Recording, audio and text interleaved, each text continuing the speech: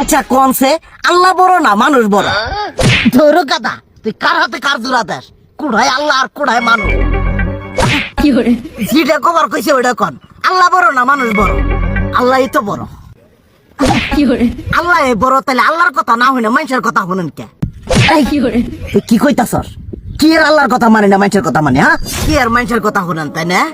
আমনে যে ওই দিনকে ডায়াবেটিসের রোগ নিয়ে যে হাসপাতালে গেলেন, ডাক্তার আপনার কত কিছু খাবার না করলো, সব কিছু না খাই এখন চলতেছেন। তাহলে আল্লাহ যে আপনারে কইছে যে হারাম খাবার না, সুদ খাবার না, কই আপনি তো কাম কাজ বাদ দিয়ে এলাকার মধ্যে টাকা পয়সা না গায়ে খালি ওইলে দিয়েই খান, নিজেরা টেও হালাল ভাবে কামাই করেন না। ওই সুদ তো না কটা টিয়া করে লাভ আহে, ওইলে দিয়ে দিয়ে চলেন আর পেটা বড় বানাইছেন। শুনেন একটা কথা কই, হারামের কোনোদিন আরাম নাই।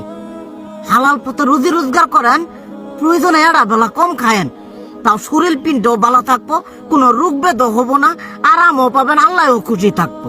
তুই আমার এইভাবে বুঝাবি আগে কইলি না কে?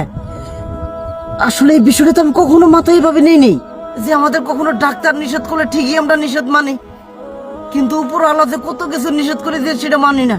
আর এই যে হারাম পথে টিয়া পয়সা কামাই করতেছেন, শরীরের মধ্যে দুনিয়া রোগ বেদ হয়েছে, দেখা যাইতেছে যা টিয়া হারাম পথে কামাই করতেছেন তার তো বেশি টিয়া মনে করেন জ্বলে যাইতেছে গা বেশি। আজকের পর থেকে আমি আর এই হারাম সুদ খামো না, আমি হালাল পথে চলবো, হালাল টাকা পয়সা ইনকাম করবো। এতে করে যদি একবেলা কমও খাইতে হয় তবুও খামো, তবু আমি আর এই হারাম পথে চলবো না। আচ্ছা ঠিক আছে।